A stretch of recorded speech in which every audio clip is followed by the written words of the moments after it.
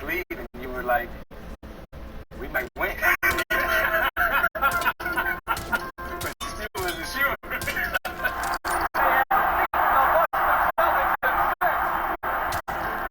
They taught us a lot about mental toughness and how to win, and it was good to vanquish them.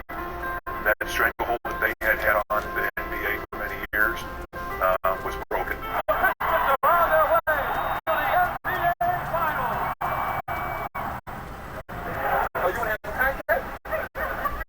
John Sally always talks about how Arsenio Hall is his best friend, but when he said he was going on the show, Ollie was in the stand.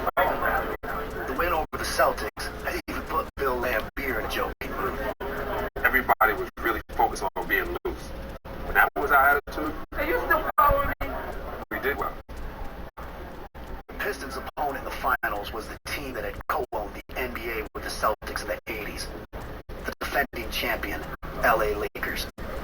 They were a good team, very physical team, but bad boys or something that they didn't get much respect from us. Playing against the Celtics, it didn't get any tougher. No one got any badder. You could call the Celtics bad boys back in the early 80s. Detroit and LA played each other only 4 times over the previous 2 years, which meant this matchup had a different tone, at least at the beginning. Magic was probably one of the closest people to me. No question about it. Once we showed up in finals, things changed. That friendship stuff went out the window. Magic went in from there with a forearm. I'm going down to the cup, and all of a sudden he comes in, knocks me out of the air. They started as a kiss, and now they're elbows. I get up as if to say, what the very unusual for Magic acting the way he is on the court. you coming in there and putting him down like I did. You know, it's just that way now. When Magic did it, it was God. Love Magic, man. He'll do anything to win. But when Isaiah did the exact same thing, it was, oh, he's a phony. Look at him. He smiles when, when in front of the camera, but he'll slice you with a knife. After taking Game 5 in Detroit, Again by Thomas.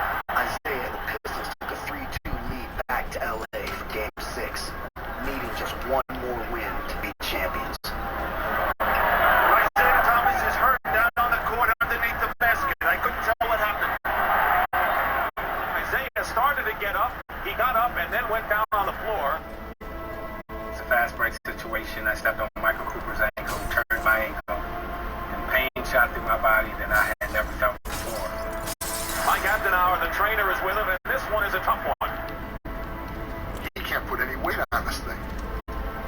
It's like, okay, now what do we do? It's like, damn. I saw his ankle. I saw how big it was, and I'm looking at it thinking, how are you going to get your shoe on?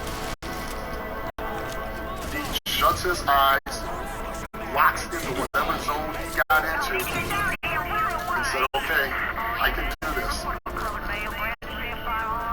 Then something happened that I can't even describe. Thomas for the Looper scores. Yeah, but he's lifting noticeably right now.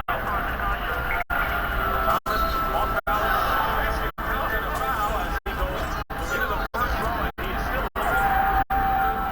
It has not been another performance like I said Thomas. Playing on one ankle and giving them the business. Thomas goes for 3 and hits it. What a third quarter for Isaiah Thomas. I don't know what came over him. He just hypnotized himself. I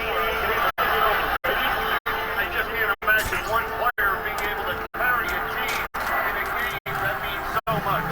He's hobbling, he's limping, and not only is he killing us, but he's inspiring them.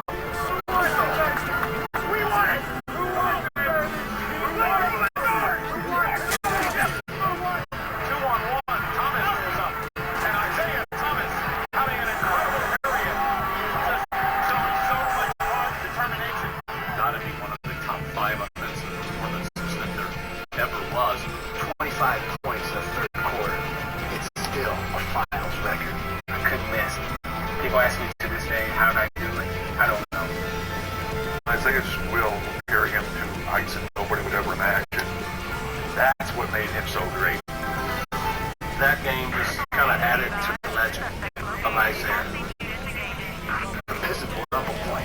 27 seconds left. All they needed for the championship was one more stop on defense. We were prepared. We were very confident, especially at that time in the game. Kareem. The old man goes up. This is the shot from close to the line with 14 seconds to go. And a chance to give the Lakers a lead. Fans will talk about that call for a long time. We got hosed. Oh my God. I mean, it wasn't even a foul. I mean, it's not even close to being a foul. No, you're about it. The referee called it. I watch that tape all the time, and I try to find out where the foul was. Even though he didn't push Green that time, he got the call because he had pushed 2,000 guys before. Kareem sank both free throws, giving the Lakers a 1-point win. Isaiah's performance might have been unforgettable, but it didn't have a happy ending. That close. We was that close. I mean, literally that close. I ran off court into the locker room. They were pushing the champagne out of our room. I feel robbed. The whole team feels robbed. You worked so hard for so long all those years, and now you're denied again through adversity again. Isaiah tried to play on one foot again in Game 7, but the beating his ankle had taken in Game 6 was too much. He was ineffective and had to watch Magic win his 5th title. The game ends. The Lakers have won it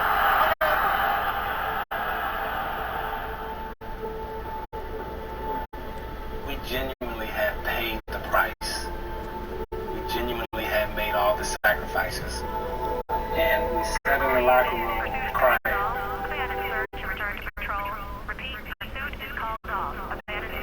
The Pistons had spent almost a decade climbing up the NBA ladder.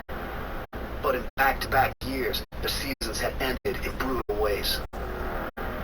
They opened the 1988-89 season with a lot of people picking the bad boys to take the final step forward, playing in a brand new arena. That was the Auburn Hills. Halfway through the year, they didn't look like title contenders at all. We were trying to win the championship, and at that time, we were 6 games behind Cleveland, and we were struggling. It was supposed to be the bad boys against the world, but the problem was inside, at the team's core.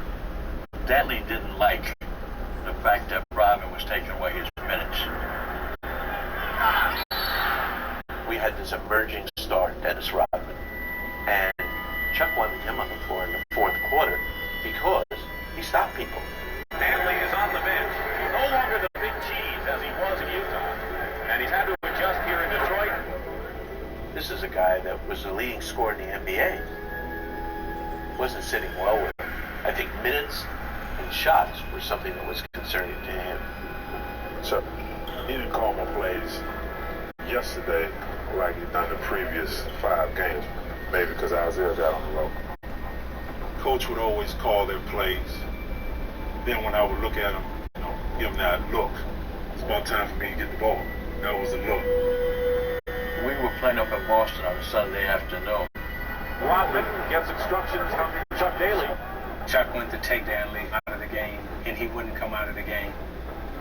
And Rodman needed to come out of the game. Chuck said something to Dantley. Dantley walked over and started yelling at him. It was the worst verbal fight I've ever seen in the NBA. It was so intense, so angry at one another, that I felt like turning away. After the game, we flew back to Detroit, and Chuck met with Dantley behind closed doors. We heard him yelling for about a half hour. Coach Daly came to me and he said, "Jack, we're breaking up. We're not the team we were." Jack asked me, are we all right as a team? And I said, no, we're struggling. This is a spin that I don't think we're going to come out of. You have to close ranks. It's like a spring. Every year, the spring comes tighter and tighter and tighter and tighter, and eventually it's going to explode. We had a meeting, and Isaiah was getting on every player, saying what they need to do. I say, ho, ho, ho, ho. What about you? What you have to do? He wanted to be his team. And I wouldn't go along with it. It's going to be Isaiah's team. It wasn't going to be Adrian's team. And everybody knew that. I mean, everybody in the world knew that. We're at the Palace. It was after a practice. And I get the finger wag like this from AD. So you know what's wrong around here? I'm like, no, son, I thought everything was cool. He said, you pointed over there, and he pointed right at Isaiah Thomas. Isaiah didn't like me, and I didn't like him. And he went up to the management and said, hey, let's get rid of AD. That's what happened. No. Never. Never. Never what? Never did Isaiah come to me and say, okay, we got to do this or do that. When we made the Dantley trade, Isaiah was not even a part of it.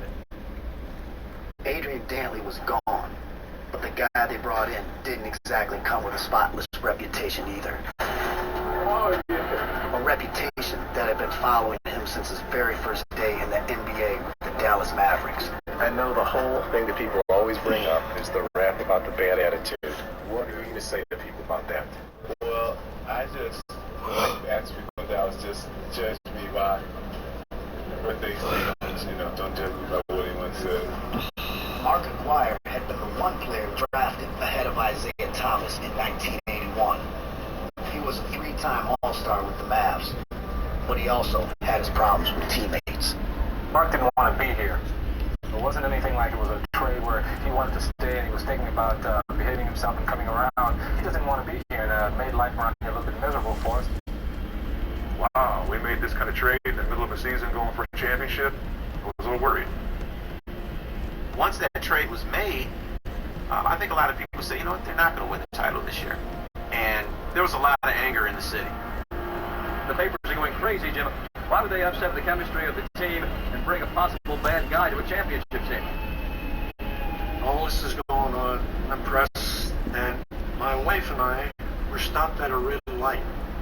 There's two guys that pull up, and they recognize me. And they go,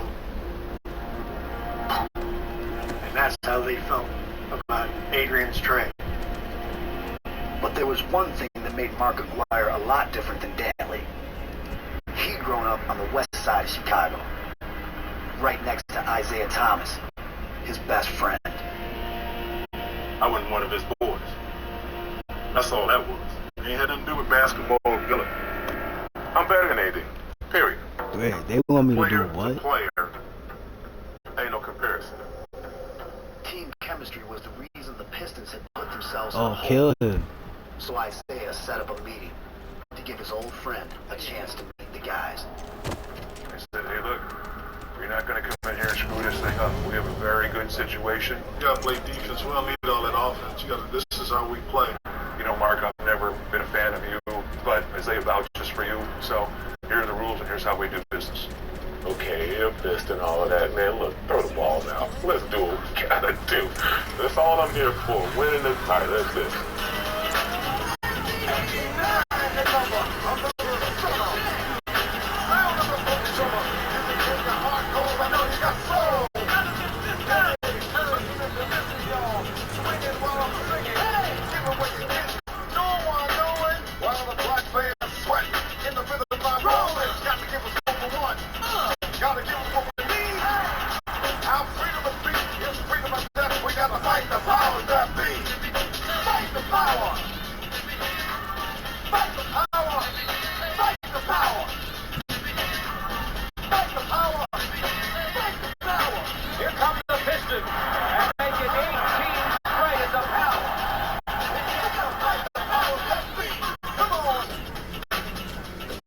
Finished the season on a 30-4 run, giving them the best record in the league.